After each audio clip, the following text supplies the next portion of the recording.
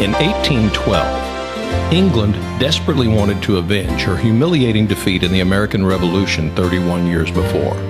Her problem was that she had her hands full with Napoleon's France, so all she could do for the first couple of years of her second war with those Yankee Doodles was use her 300-ship navy, the mightiest in the world, to interfere with our ocean commerce. But by the summer of 1814, Napoleon was in exile on Elba.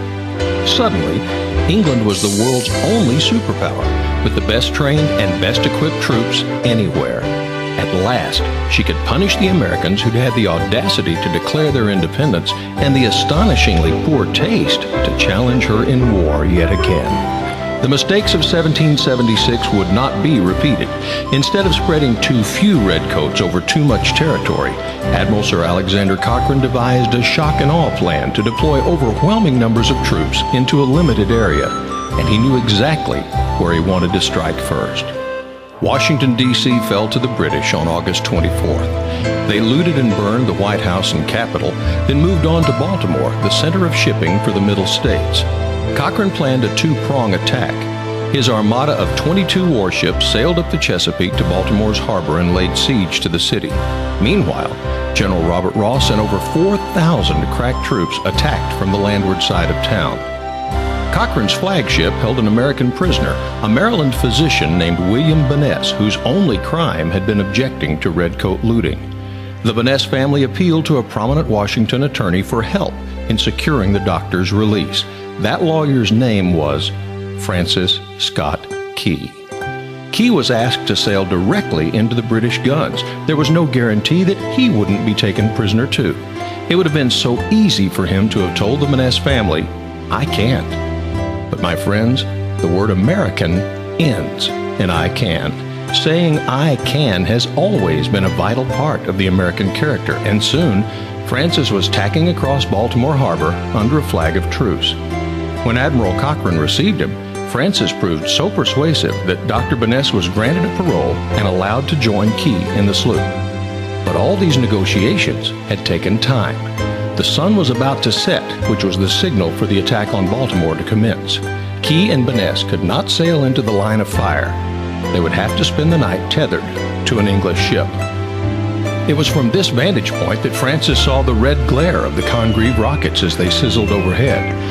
There he also heard the thunderous explosions of the fused 190-pound bombs bursting in air. They were all aimed at tiny Fort McHenry, whose 30 by 42-foot American flag had provided a perfect sighting target for the naval gun crews.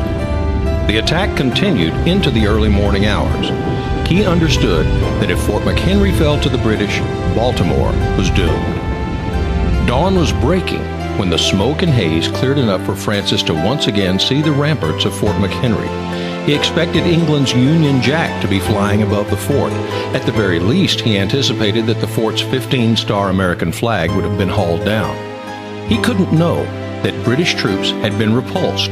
General Ross himself had been killed, leading to confusion and disarray among the redcoats. The attack had failed, and even now, the English were starting to withdraw. But then, a gust of wind over Fort McHenry caused a rain-soaked and battle-scarred banner to wave in the breeze. Its meaning was unmistakable. Somehow, against overwhelming odds, the Doodles had won again. Francis took an envelope from his pocket and wrote a poem entitled The Defense of Fort McHenry. At the bottom he scribbled, to the tune of To Anacreon in Heaven.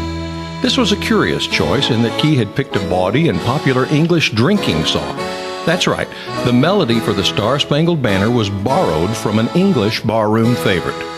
The next day, Key's poem was published to immediate success. In 1931, it became our national anthem.